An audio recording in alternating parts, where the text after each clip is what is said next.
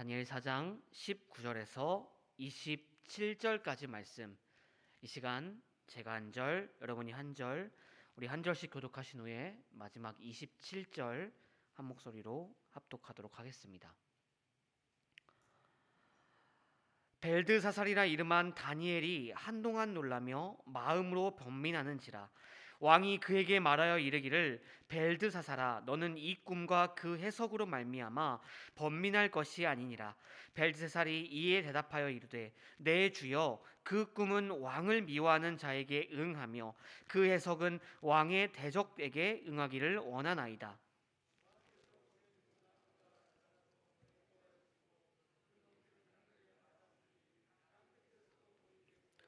그 잎사귀는 아름답고 그 열매는 많아서 만민의 먹을 것이 될 만하고, 들짐승은 그 아래에 살며 공중에 나는 새는 그 가지에 깃들었나이다.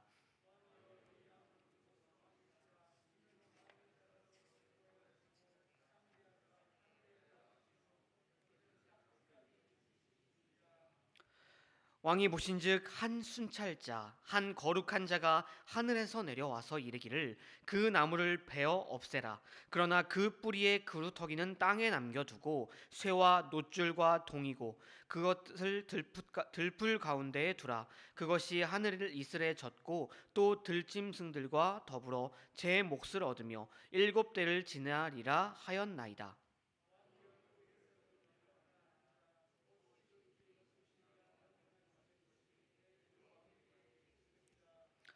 왕이 사람에게서 쫓겨나서 들짐승과 함께 살며 소처럼 풀을 먹으며 하늘 이슬에 젖을 것이요, 이와 같이 7대를 지날 것이라. 그때 지극히 높으신 이가 사람의 나라를 다스리시며 자기의 뜻대로 그것을 누구에게든지 주시는 줄을 아시리이다.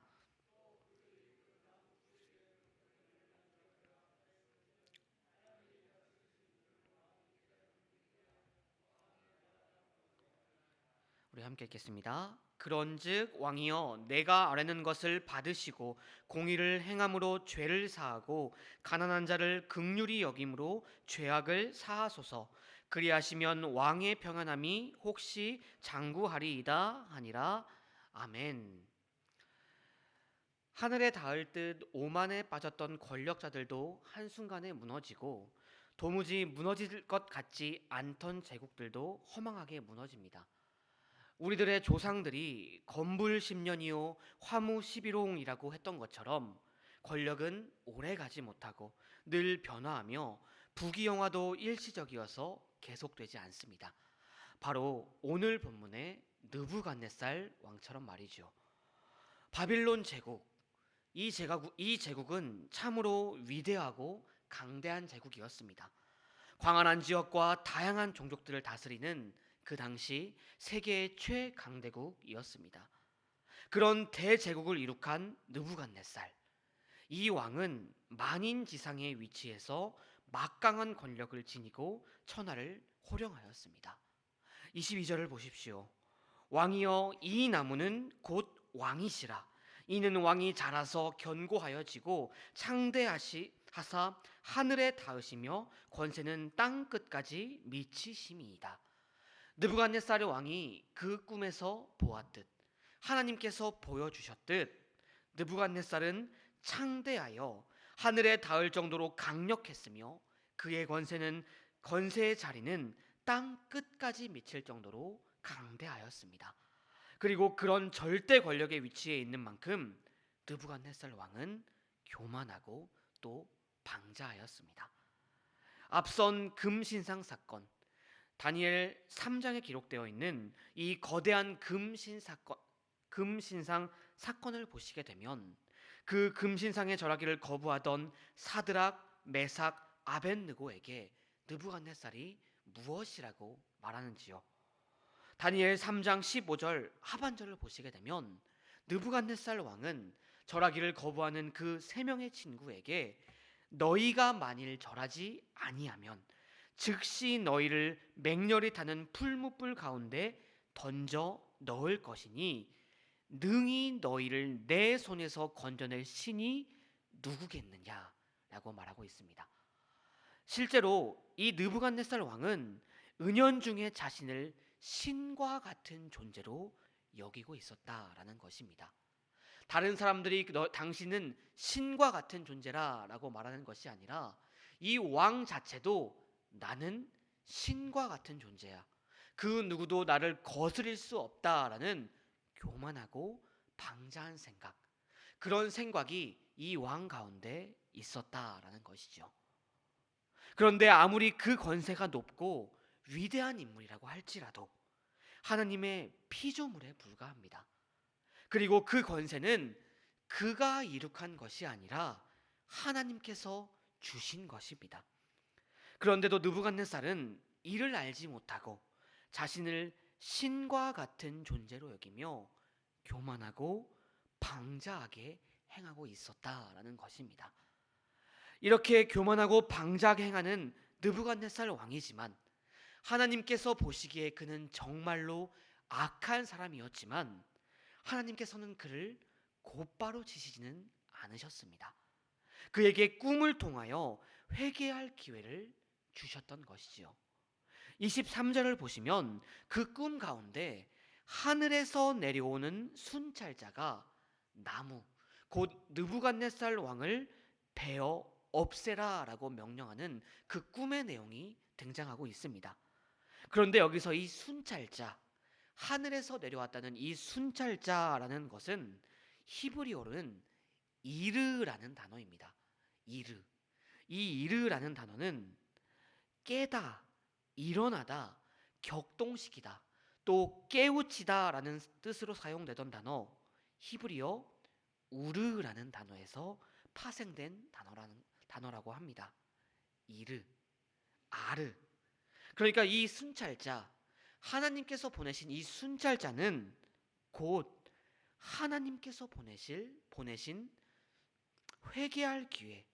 그러니까 하나님께서는 꿈을 통하여 느부갓네살 왕의 교만함을 깨우치게 하시고 그 마음을 격동시켜서 하나님 앞에 회개할 기회를, 자신의 마음을 다시 한번 살펴보고 하나님 앞에 나아가 자신의 죄를 회개할 기회를 주신 것입니다.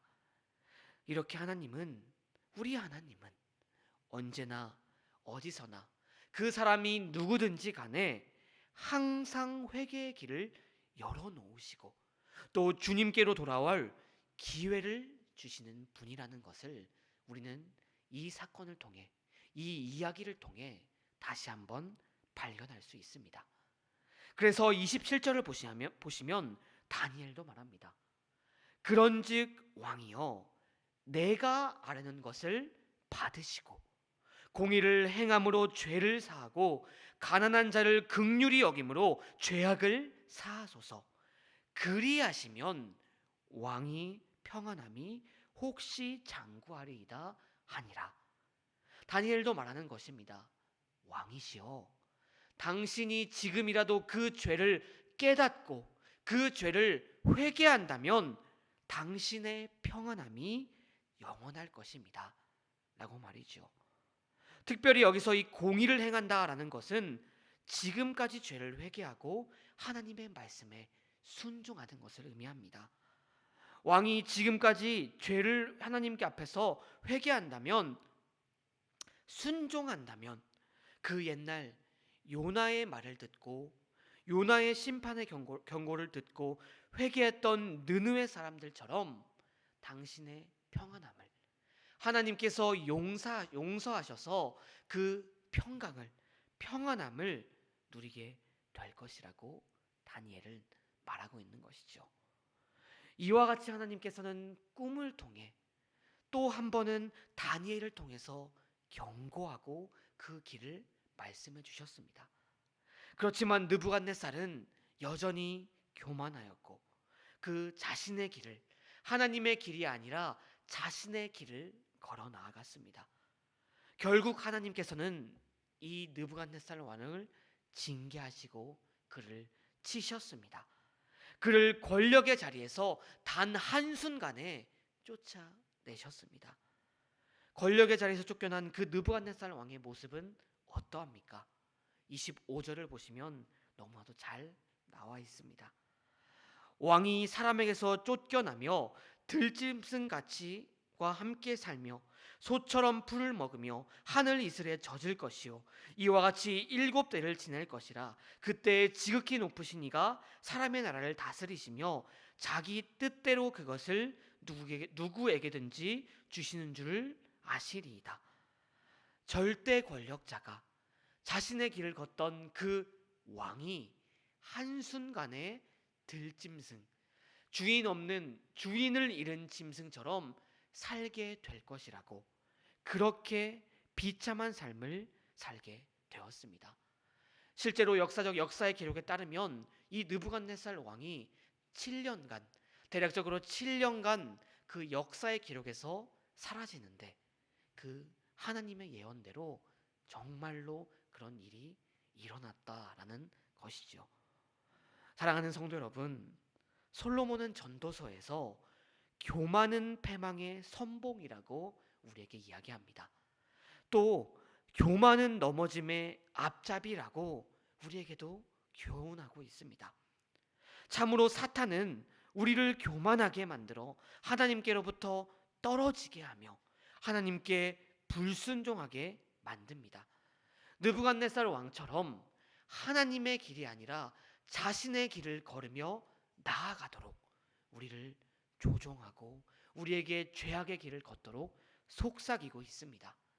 그러나 성도 여러분, 우리가 걸어야 할 길은 사람의 길이 아니라 하나님의 길, 하나님께 순종하며 하나님께 영광을 돌리는 그 길일 줄로 믿습니다. 그렇기에 우리는 주님만을 따라가며 주님과 함께 동행하며 겸손하게 주님을 기다리는 그런 사람이 되어야 할 줄로 믿습니다. 또한 하나님의 주신 그 기회를 붙잡고 옳은 길로 나아가는 자, 그것이야말로 우리의 길일 줄로 믿습니다.